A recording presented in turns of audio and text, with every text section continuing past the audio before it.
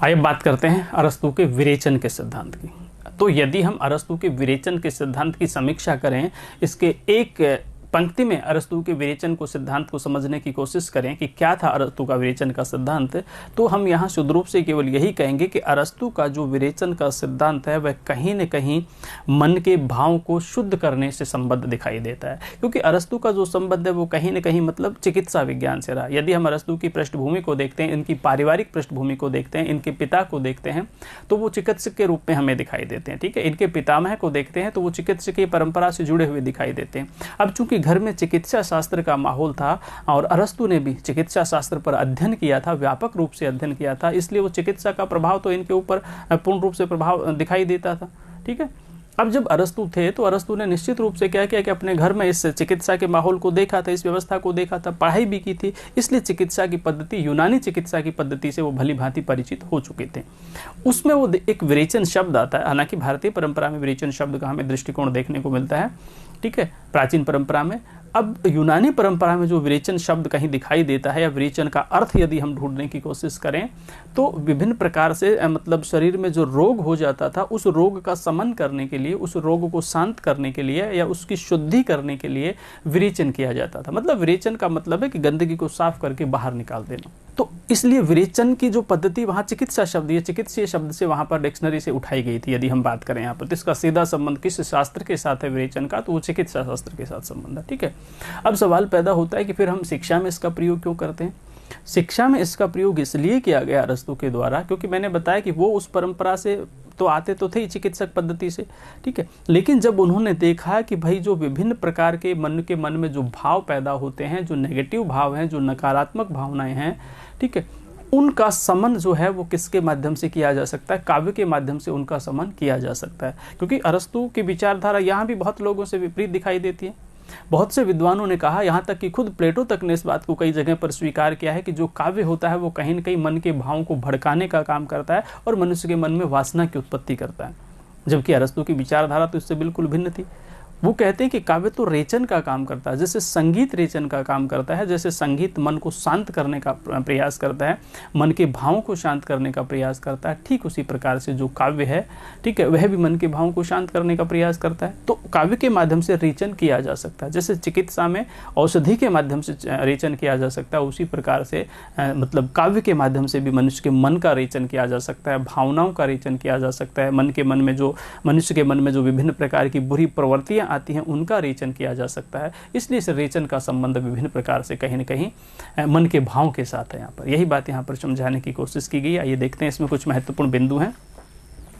हम अरस्तू के अनुसार बात करते हैं, त्रासदी किसी गंभीर, स्वतः पूर्ण तथा निश्चित आयाम से युक्त कार्य की अनुकृति का नाम है जिसका माध्यम काव्य या नाटक के भिन्न भिन्न भागों में भिन्न भिन्न रूप में प्रयुक्त सभी प्रकार के आभरणों से अलंकृत भाषा होती है, जो समाख्यान रूप में न होकर कार्य व्यापार रूप में होती है और जिसमें करुणा तथा त्रास के उद्रेक द्वारा इन मनोविकारों का उचित विरेचन किया जाता है। देखिए, हमने बताया कि हम इसके यदि हम विरेचन सिद्धांत की बात करते हैं अरस्तू के, तो कहीं न कहीं हमें त्रासदी के सिद्धांत में भी जाना पड़ेगा, उसको भी स्पर्श करना पड़ेगा। यहाँ केवल वही दृष्टिकोण दिखाया गया, आप अपने ढंग से पढ़ लीजिए। मूल तथ्य जो है वो मैं बता देता हूँ आपको कि मनुष्य के मन में विभिन्न प्रकार के भाव आते हैं। ठीक है, मनुष्य के साथ कई बार ट्रेजेडी होती है, कई बार त्रासदी होती है, कुछ बुरी घटनाएं घटती हैं, कुछ दुखद घटनाएं घटती हैं, ठीक है, जिसको हम त्रासदी का नाम देते हैं साहित्य में। ठीक है, तो वो जो ट्रेजेडी होती है, वो जो मतलब दुखद क्षण होते हैं, उनके कारण से मनुष्य के मन में विभिन्न प्रकार के भाव पैदा हो जाते हैं। कई बार मनुष्य विभिन्न प्रकार से कुंठित हो जाता है, मनुष्य के भाव जो है वो अपने अंदर घुटन महसूस करता है, अपने मन की बात किसी से कह नहीं सकता, विभिन्न प्रकार की चीज़ें होती हैं। और जब मनुष्य इस प्रकार के बुरे दौर से गुजर रहा होता है, उस समय यदि वो काव्य का अध्ययन करता है, यदि वो संगीत का अध्ययन करता है, यदि वो किसी मूल रूप से किसी पुस्तक का अनुकरण करते हुए एक निश्चित बिंदु तक पहुंचने की कोशिश करता है, तो मन में विभिन्न प्रकार की जो कुंठाएं होती हैं उनका समन होता है, मन की जो गंदगी होती है, मन के जो बुरे भाव होते हैं वो शांत होने लगते हैं, वो स्वच्छ और साफ होने लगते हैं। इसी कारण से मतलब इसके सिद्धांत को विरेचन का सिद्धांत दिया गया है। तो निष्कर्ष के रूप में हम कहते हैं कि विरेचन का तात्पर्य मन के भावों की अर्थात बुरे भावों की गंदगी को साफ करना है, लेकिन वो बुरे भाव त्रासदी से ही पैदा होते हैं, ट्रेजेडी से ही पैदा होते हैं। अब ट्रेजेडी का मतलब, त्रासदी का मतलब कोई एक एक्सीडेंट ही नहीं है, केवल विभिन्न प्रकार की जो दुर्घटनाएं मानव के साथ घटती हैं, चाहे वो लड़ाई है, चाहे वो झगड़ा है, चाहे आपसी मतभेद है, विभिन्न प्रकार की अन्य चीज़ें हैं, इन सारी चीज़ों को यदि हम समीक्षात्मक रूप में देखते हैं तो कहीं ना कहीं बुरी भावनाओं को हम त्रासदी के रूप में देखते हैं और विरेचन को उस त्रासदी का समन करने के रूप में हम देखते हैं। इसलिए दोनों सिद्धांत कहीं ना कहीं आपस में संबद्ध दिखाई देते हैं। हम दोनों को जोड़ करके देखने की कोशिश यहाँ पर करते हैं।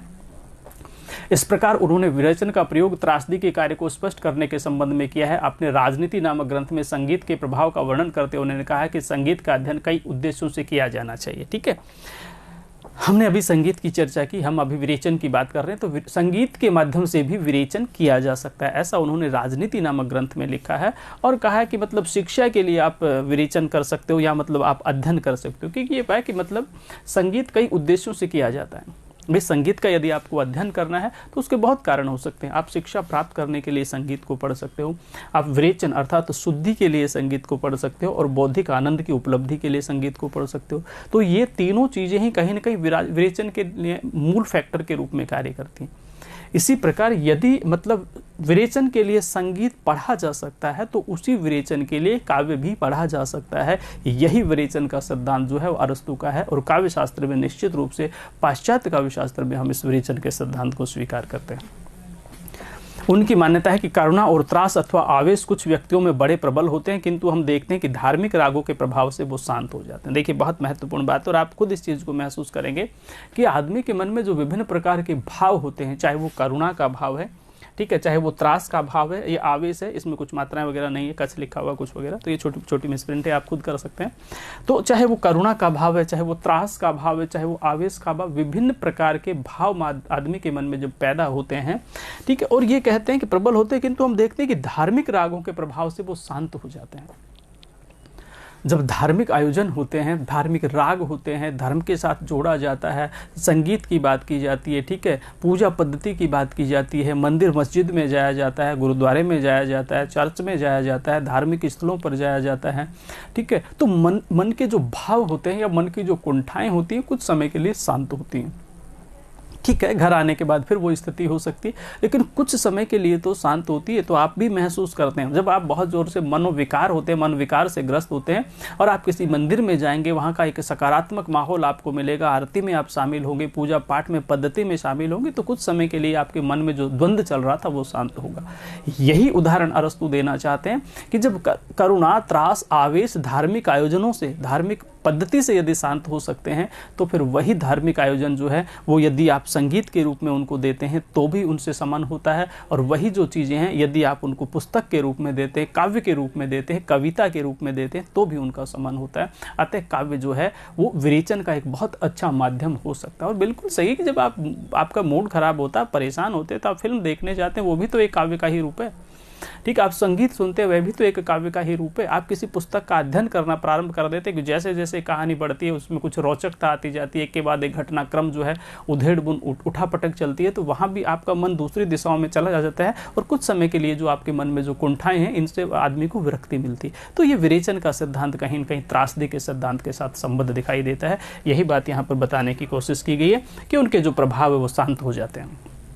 ठीक है, अभी हम विरेचन के सिद्धांत की बात कर रहे थे, और विरेचन का सीधा संबंध हम त्रासदी के साथ जोड़ कर देखने की कोशिश कर रहे थे। ठीक है, अब हम त्रासदी और विरेचन को आपस में संबद्ध करने की कोशिश करते हैं। तो देखिए, सबसे पहले यहाँ पर लिखा गया त्रासदी में कि नाटक को अरस्तु ने काव्य साहित्य का प्रमुख भेद मानते उसका विवेचन किया है।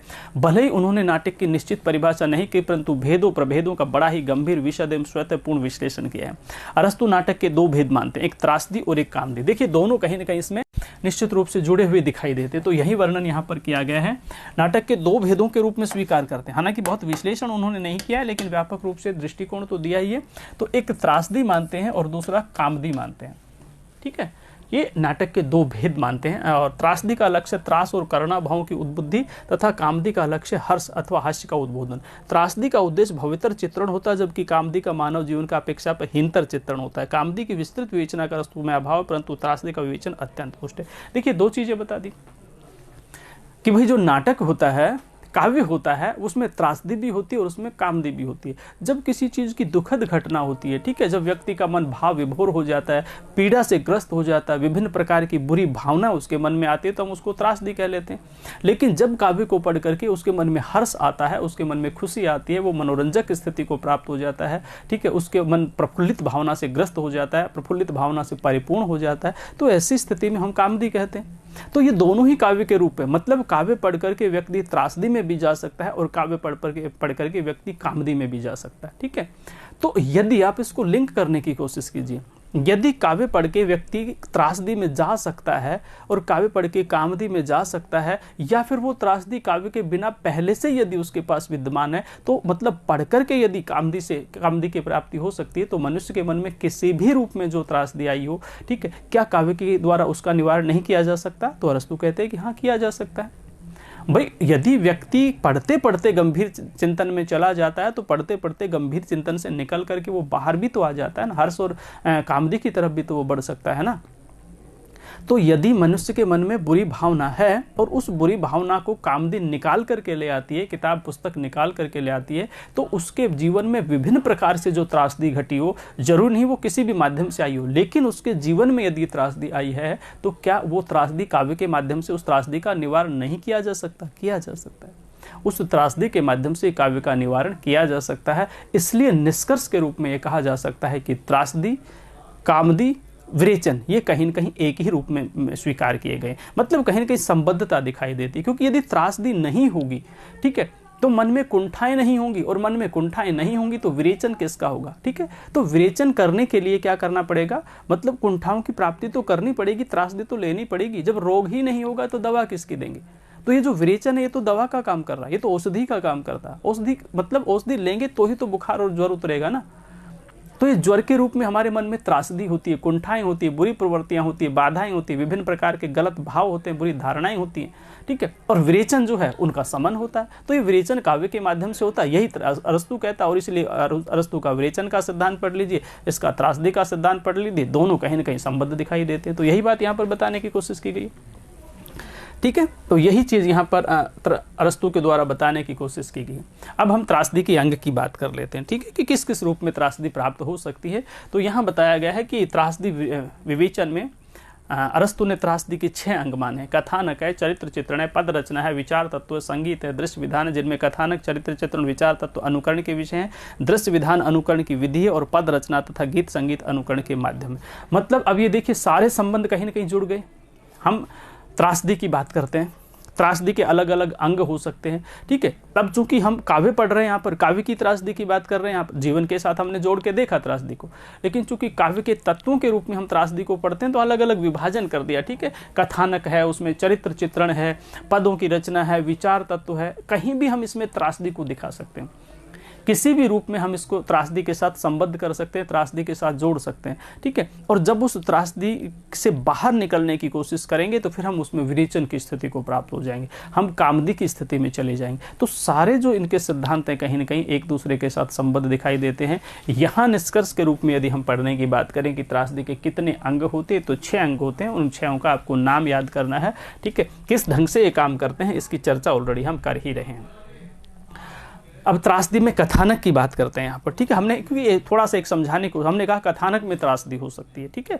तो कैसे संबद्धता दर्शाई जाती है वो बताने की कोशिश की गई है कि घटनाओं का विन्यास अरस्तु ने कथानक को त्रासदी का महत्वपूर्ण अंग ही नहीं अपितु उसकी आत्मा माना है। इसके मुख्य कारण है, ठीक है।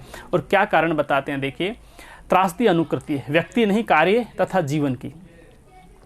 त्रासदी को अनुकृति माना उन्होंने। सबसे पहले तो ये बात है, क्या कथानक में त्रासदी हो सकती है? हम कहेंगे भाई कथानक में त्रासदी दिखाएंगे तभी तो आगे विरेचन करेंगे। भाई कथानक में त्रासदी दिखाएंगे ना किसी न किसी रूप में।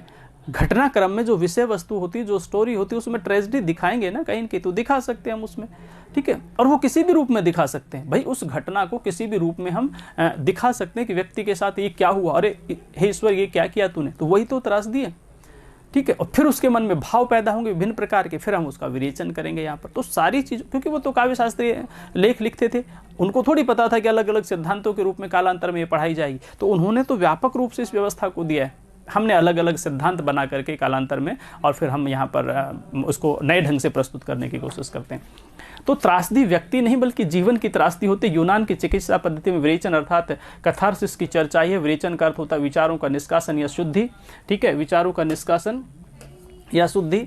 मल चिकित्सा शास्त्र के संबंध का साहित्य पर लागू करने का श्रेय अरस्तु को दिया जाता है। प्लेटो ने कला और का यहाँ आक्षेप लगाया था कि इसमें हमारी दूषित वासनाएं और मनोवृत्तियां उत्तेजित एवं पुष्ट होती हैं। संभवतः इसी का खंडन करने के लिए अरस्तु ने प्रतिपादित किया कि कला और साहित्य के हमारे दूषित मनोविकार का उचित रूप में विरेचन हो जाता है। देखिए कितनी अच्छी बात बताई यहाँ पर। हमने कहा कि अरस्तु जो है अपने गुरु के सिद्धांतों से कहीं भी इत्तेफाक पूर्ण रूप से नहीं रखते हैं। गुरु है, सम्मान किया है, ठीक है, लेकिन जहां संशोधन की आवश्यकता महसूस हुई वहां अरस्तु ने संशोधन करने का प्रयास किया है। तो देखिए प्लेटो ने जो एक बात कही थी उसको थोड़े से अपने ढंग से यहां पर इन्होंने प्रदर्शित करने की कोशिश की। देखिए प्लेटो क्या कहते थे। प्लेटो ने कला और काव्य पर यह आक्षेप लगाया था कि इनसे हमारी दूषित वासनाएं और मनोवृत्तियां उत्तेजित और पुष्ट होती हैं। मतलब प्लेटो मानते थे कि हमारे मन में जो दूषित वासनाएं आ गई, जिसको अभी हम मनोविकार कह रहे थे, जिसका अभी हमने विरेचन करने की आवश्यकता महसूस की, वो जो मन में भाव पैदा हो जाते हैं और यदि हम काव्य पढ़ते हैं तो और भी अधिक पुष्ट होते हैं वो भाव जो हैं, वो बुरी भावनाएं जो हैं, वो मनोविकार हैं, वो और अधिक पुष्ट हो जाते हैं काव्य पढ़ने से। इसलिए काव्य पर आरोप लगाया था उन्होंने। लेकिन अरस्तु ने ऐसा नहीं किया। अरस्तु ने अपने गुरु की इस विचारधारा का खंडन ही किया और खंडन करने के साथ साथ अपने ढंग से प्रस्तुत किया। उन्होंने कहा कि ऐसा नहीं है। तो फिर क्या है? संभवतः इसी का खंडन करने के लिए अरस्तु ने प्रतिपादित किया कि कला और साहित्य के द्वारा दूषित मनोविकारों का उचित रूप से विरेचन हो जाता है। भाई अरस्तु कहते हैं कि हमारे मन में जो विकार होते हैं, ठीक है, उन विकारों से ग्रस्त मानव का मन जो होता है, और उस समय यदि व्यक्ति क्या करता है, किसी भी काव्य को पढ़ता है, किसी भी शास्त्र को पढ़ता है, किसी भी रचना को पढ़ता है, तो और अधिक कुंठित हो जाता है, उसकी भावना और अधिक बुरी हो जाती है, उसकी भावना और अधिक ग्रसित हो जाती है, ठीक है। परंतु अरस्तु कहता है ऐसा नहीं है। भावना ग्रसित नहीं होती, बल्कि काव्य पढ़ने से, संगीत सुनने से, ठीक है, धार्मिक आयोजनों में जाने से, अपने मन की बात किसी को कहने से, ये सारे एक ही रूप हो सकते हैं, किसी भी रूप हो सके को हम ले सकते हैं। तो इससे तो निश्चित रूप से उन भावनाओं का, उन कुंठित भावनाओं का समन होता है। तो दो अलग विचारधारा होगी। वो काव्य पर आरोप प्लेटो लगाते हैं कि वो भावनाओं को पुष्ट करता है, ठीक है, जबकि अरस्तु कहते हैं प्लेटो के शिष्य कि वो तो भावनाओं का, बुरी भावनाओं का समन करता है, ठीक है। तो दो अलग अलग बातें यहाँ पर। वो तो कहता है तो विरेचन करता है, इसलिए हम विरेचन के साथ भी उनके सिद्धांतों को जोड़कर देखने की कोशिश करते हैं। अब विरेचन का स्वरूप की यदि हम बात करें तो विवेचन कितने स्वरूपों में होता है, तो हम कहेंगे विरेचन विभिन्न स्वरूपों में हो सकता है। आप धर्म के माध्यम से विरेचन कर सकते हैं, आप संगीत के माध्यम से विरेचन कर सकते हैं, स्वयं काव्य पढ़कर के विरेचन किया जा सकता है, नीतिपरक बातें सुना करके विरेचन किया जा सकता है, पूर्वजों का मतलब दृष्टिकोण देकर के, उदाहरण देकर के विरेचन किया जा सकता है, खुद व्यक्ति प्रेरणा लेकर के विरेचन कर सकता है काव्य पढ़ करके। तो विरेचन तो किसी भी रूप में किया जा सकता है। तो यही बात यहाँ पर बताने की कोशिश की गई है। व्याख्याकारों ने अरस्तु के विरेचन सिद्धांत के प्राय 3 अर्थ बताएं, धर्मपरक, नीतिपरक और कलापरक, ठीक है। ये व्याख्या रूप में मूल रूप से तथ्य उभर करके सामने आते हैं। लेकिन मैंने कहा कि किसी भी ढंग से आप विरेचन कर सकते हैं, किसी भी ढंग से आप विरेचन कर सकते हैं। लेकिन व्याख्याकारों ने जो धर्मपरक, नीतिपरक और कलापरक अर्थ बताए, भाई धर्म के माध्यम से आप विरेचन कर सकते हैं, नीति के माध्यम से आप विरेचन कर सकते हैं, और किसी कलात्मक रूप से, मतलब किसी कलाकृति के माध्यम से, किसी संगीत के माध्यम से, किसी कृति के माध्यम से, किसी रचना के माध्यम से, किसी कहानी कथानक के माध्यम से आप उसके मन का विरेचन कर सकते हैं, उसके कुंठित भावों का विरेचन कर सकते हैं। डॉक्टर देवीशरण रस्तोगी की मान्यता है कि विरेचन से अरस्तु का मंतव्य निश्चित ही भाव वेगों के किसी न किसी प्रकार के विरेचन से था। ट्रेजेडी को देखकर व्यक्ति जिस मन स्थिति में आता है, ठीक है, वही बात होगी यहाँ पर कि भाई ट्रेजेडी को देख करके, त्रासदी को देख करके व्यक्ति जिस मन स्थिति में पहुंचता है, उस मन स्थिति में से उस व्यक्ति को बाहर निकालना ही तो विरेचन था। और इसमें कोई भी रूप हो सकता है, किसी भी रूप का सहारा लेकर के आप विरेचन कर सकते हो। तो ये विरेचन का सिद्धांत भी हमारे समझ में आता है, ट्रेजेडी का सिद्धांत भी हमारे समझ में आता है, और एक अलग से उनका अनुकरण का सिद्धांत था वो भी हमारे समझ में आता है, ठीक है। यहाँ हम चर्चा करते हैं। अरस्तु के अनुसार ट्रेजेडी करुणा और त्रास के उद्रेक द्वारा 3 कार्य संपन्न करती है। वह नवीन दृष्टि देती है, कला स्वाद प्रदान करती है और चित्त को शांत करती है। इन्हीं 3 अवस्थाओं के आधार पर अरस्तु ट्रेजेडी की काव्य की उपयोगिता सिद्ध करना चाहते हैं। क्लियर हो गया भाई? यदि आदमी का मन ट्रेजेडी से ग्रस्त है, आदमी का मन त्रासदी से ग्रस्त है, ठीक है, तो वो कहता है कि मतलब वो हमें त्रास के उद्रेक द्वारा 3 कार्य संपन्न करती है। यदि मनुष्य त्रास से उद्रिक्त होता है, त्रास का भाव उसके मन में पैदा होता है, तो उसको एक नई दृष्टि मिलती है, ठीक है, कलात्मक आस्वाद उसको मिलता है, काव्य के द्वारा पढ़ते हैं, और चित्त को शांत करती है, ठीक है। ये तीनों चीजें यदि मनुष्य के मन में हैं, तीनों चीजें मनुष्य के मन में है का तात्पर्य पहले ट्रेजेडी है, और फिर यदि वो काव्य का अध्ययन करता है तो ये तीनों स्थितियां प्राप्त हो सकती है। ट्रेजेडी ग्रस्त या त्रासदी से ग्रस्त व्यक्ति के मन में, ठीक है, काव्य पढ़ने से एक नवीन दिशा आ सकती है। वो एक कलात्मक रूप से उस काव्य को देख सकता है, उस संगीत को देख सकता है, ठीक है, और उनके मन में जो विभिन्न प्रकार के भाव थे उनको शांत किया जा सकता है। इन तीनों बातों के स्वरूप को समझाने के लिए ट्रेजेडी का सिद्धांत और विरेचन का सिद्धांत जो है वो अरस्तु को देना पड़ा। तो यही इसलिए वो काव्य की उपयोगिता सिद्ध इसमें करने की कोशिश करते हैं, ठीक है। अब हम विरेचन के सिद्धांत की बात करें तो क्या विरेचन का सिद्धांत पाश्चात्य काव्य में है, तो क्या भारतीय काव्य में विरेचन का सिद्धांत जैसा कोई तत्व देखने को मिलता है? क्या भारतीय काव्य में विरेचन जैसे सिद्धांत का कोई प्रतिरूप या कोई प्रतिकृति हमें देखने को मिलती है? क्योंकि पाश्चात्य काव्य शास्त्र तो बाद का है, भारतीय काव्य शास्त्र तो बहुत पहले का है। तो हमारे भी कुछ ऐसे सिद्धांत रहे होंगे ना। करते हैं चर्चा इस पर और देखते हैं कि विरेचन सिद्धांत की तुलना भारतीय आचार्य अभिनव गुप्त के अभिव्यक्तिवाद से की जा सकती है, क्योंकि दोनों ही आचार्य काव्यानंद या रसास्वादन के मूल वासनाओं के विरेचन या उसके अभिव्यक्ति की बात स्वीकार करते हैं, ठीक है।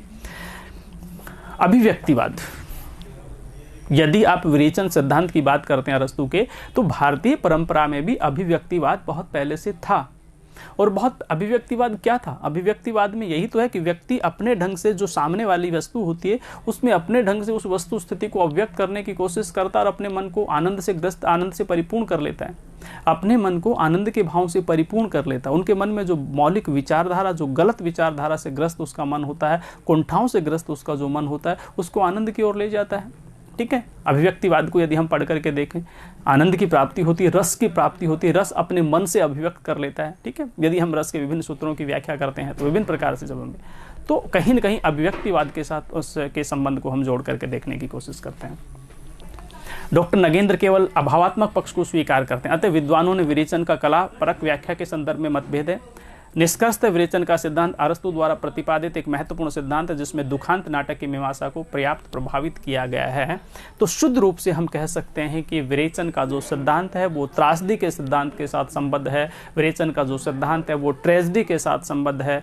आदमी के मन में जो ट्रेजेडी होती है, जो त्रासदी होती है, त्रासदी के बाद जो कुंठाएं होती हैं, जो घुटन होती हैं, जो उसके मन में बुरे भाव आ जाते हैं, उनका विरेचन के माध्यम से समन किया जाता है। उसमें काव्य की बहुत महत्वपूर्ण भूमिका होती है, उसमें संगीत की बहुत महत्वपूर्ण भूमिका होती है, और काव्य जो है वो इनका समन करने का कार्य करता है, भावों को परिपुष्ट नहीं करता। यही बात यहाँ पर इन्होंने विरेचन के सिद्धांत में समझाने की कोशिश की गई है। विभिन्न विद्वानों ने भी इसी दृष्टिकोण को माना है।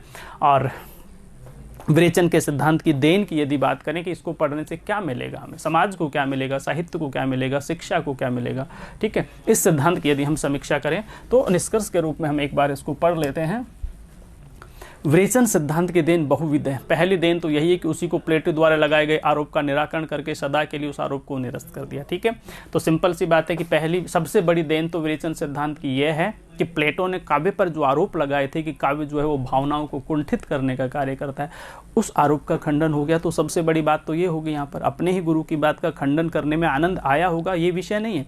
विषय ये है कि खंडन क्यों करना पड़ा, क्योंकि काव्य जैसी विषय वस्तु को यदि कोई आरोपित करता है तो उस विचारधारा से जुड़ा हुआ व्यक्ति अपने मन के भावों को जरूर बोलेगा, ठीक है। यही बात यहाँ पर अरस्तु ने कही, इसलिए अरस्तु अपनी जगह कहीं भी गलत नहीं थे। दूसरी बात है कि दूसरी देन यह है कि उसने गत कितने ही वर्षों में काव्य शास्त्रीय चिंतन को किसी न किसी रूप में अवश्य प्रभावित किया, ठीक है। समझ में आ गया यहाँ पर कि इस अरस्तु के सिद्धांत ने परवर्ती साहित्य को कितने ही वर्षों तक प्रभावित किया है, क्योंकि चिंतन तो चल ही रहा है ना कि क्या काव्य जो प्लेटो ने कहा था क्या वो बात सही थी, या अरस्तु ने जो बाद में कहा क्या वो बात सही थी। तो चिंतन तो हुआ ना, मंथन तो हुआ ना, इसलिए लंबे समय तक, लंबे अरसे तक विभिन्न प्रकार से काव्य शास्त्र को प्रभावित करता रहा, चाहे वो भारतीय परंपरा थी या किसी भी देश की, अन्य देश की परंपरा थी, चाहे वो पाश्चात्य परंपरा थी, ठीक है। और जब किसी चीज़ पर संशोधन होता है या किसी चीज़ पर चिंतन होता है, मंथन होता है, तो कुछ नए तथ्य निकल करके आते हैं, इसलिए काव्य में कुछ एक नया दृष्टिकोण देखने को भी मिला। ये भी दूसरी देन इसकी बहुत महत्वपूर्ण है। उसके समर्थन और विरोध की कहानी एक प्रकार से पश्चिम काव्यशास्त्र के विकास की कहानी। विरेचन सिद्धांत की एक महत्ता यह भी है कि उसे कभी कभी समर्थन आलोचकों का भी बल मिला। इसमें आइए रिचर्ड महत्वपूर्ण है, ठीक है। रिचर्ड्स का सिद्धांत भी आपने पढ़ा होगा, यहाँ पर पश्चिमी काव्यशास्त्र में बिल्कुल रिचर्ड्स के सिद्धांत को आपने पढ़ा होगा। तो यहाँ हम बात कर रहे हैं कि भाई इसकी सबसे बड़ी देन क्या है, विरेचन के सिद्धांत की सबसे बड़ी देन क्या है। यदि हम बात करें तो सबसे बड़ी देन यह है कि पाश्चात्य काव्यशास्त्र आज तक प्रभावित होता रहा है। एक समुदाय ने खंडन किया विरेचन के सिद्धांत का और दूसरे समुदाय ने मंडन किया, समर्थन किया विरेचन के सिद्धांत का। ठीक है, और इसी से नए दृष्टिकोण निकलते रहे और आज भी ये परंपरा चल रही है। अगर ये परंपरा नहीं चलती तो हम क्यों विरेचन के सिद्धांत को पढ़ते? ठीक है, हम क्यों त्रासदी के सिद्धांत को पढ़ते हैं यहाँ पर? तो इसलिए आज भी ये परंपरा निर्बाध गति से आगे बढ़ रही है। कुछ समुदाय मानते हैं कि विरेचन होता है और कुछ समुदाय मानते हैं विरेचन नहीं होता, लेकिन होता है तभी हम इसको काव्य शास्त्रीय ग्रंथों के रूप में हम इसको स्वीकार करते हैं। इसलिए विरेचन के सिद्धांत की सबसे बड़ी देन यह है कि काव्य के ऊपर जो आरोप लगे थे प्लेटो के द्वारा, उनका खंडन हो गया और विरेचन सच में, चाहे वो संगीत के माध्यम से रहा हो, चाहे वो भावों के माध्यम से रहा हो, चाहे वो पुस्तक के माध्यम से रहा हो या किसी कला या कलाकृति के माध्यम से रहा हो, आदमी के भावों के कुंठित भावों को शांत करने में विरेचन अपनी महत्वपूर्ण भूमिका निभाता है। इसलिए विरेचन के सिद्धांत को काव्य शास्त्रीय सिद्धांतों में हमें बहुत ही महत्वपूर्ण रूप में स्वीकार करते हैं। हम मूल रूप से आज अरस्तु की बात कर रहे थे। ठीक है, निष्कर्ष के तत्व में यदि हम इसकी समीक्षा करें तो यही कहेंगे कि हमने सबसे पहले अरस्तु के सिद्धांतों को पढ़ा, अरस्तु के स्वरूप को हमने पढ़ा। ठीक है, अरस्तु के काल का हमने निर्धारण किया, उसके परिवार की पृष्ठभूमि को हमने शास्त्रीय चिकित्सा पद्धति के साथ जोड़ करके देखने को अवसर मिला। अरस्तु के जीवन की हालांकि बहुत हमने घटनाएं नहीं पढ़ी, हमने सिर्फ इतना पढ़ा कि प्लेटो अपने जो शिक्षा का केंद्र था, जो स्कूल या जो विद्यालय था, ठीक है, उसका मस्तिष्क अरस्तु को स्वीकार करते थे। इससे उनकी महत्ता स्वतः ही सिद्ध हो जाती। कालांतर में फिर उनके विवाह जो है वो भी मतलब राजघराने के साथ उनका संबंध जुड़ा यहाँ पर। ठीक है, एथेंस को छोड़ करके वो चले गए, उत्तराधिकारी के रूप में मतलब विभिन्न प्रकार की दृष्टिकोण उनके साथ में हुआ, पुनः वापस लौट के आते हैं, अलग से शिक्षा का केंद्र खोलते हैं, मतलब विभिन्न प्रकार से सिकंदर जैसे महान व्यक्तियों को शिक्षा देते हैं और आगे बहुत कुछ उन्होंने काव्य शास्त्र के लिए काम किया। एक पूरी परंपरा, लंबी परंपरा थी। अनुकरण के सिद्धांत में हमने देखा कि प्लेटो ने जो अनुकरण कहा था उससे कुछ भिन्न विचारधारा रखी, संशोधित रूप, भाव और कला को जोड़ करके उन्होंने देखा। त्रासदी के सिद्धांत में जो त्रासदी जो है, प्लेटो ने कहा कि ये त्रासदी जो है मनुष्य के मन में कुंठाओं को पैदा करती है और काव्य को पढ़ने से वो कुंठाएं और अधिक परिपुष्ट हो जाती है। उसका भी खंडन किया अरस्तु ने और कहा कि त्रासदी है मानव के जीवन में, वो कहीं न कहीं किसी न किसी रूप में आती है, लेकिन काव्य पढ़कर या संगीत सुन करके त्रासदी का समन होता है, कुंठाएं ग्रसित और अधिक नहीं होती। ये एक नया दृष्टिकोण दिया। इस तरह से चाहे वो विरेचन का सिद्धांत हो, चाहे वो त्रासदी का सिद्धांत हो या फिर अनुकरण का सिद्धांत हो, पश्चिमी काव्य शास्त्र में अरस्तु की अपनी बहुत ही महत्वपूर्ण भूमिका रही है। उस भूमिका एक समीक्षात्मक दृष्टिकोण हमने आपके साथ में शेयर किया है। आज के इस क्लास में इतना ही। नमस्कार।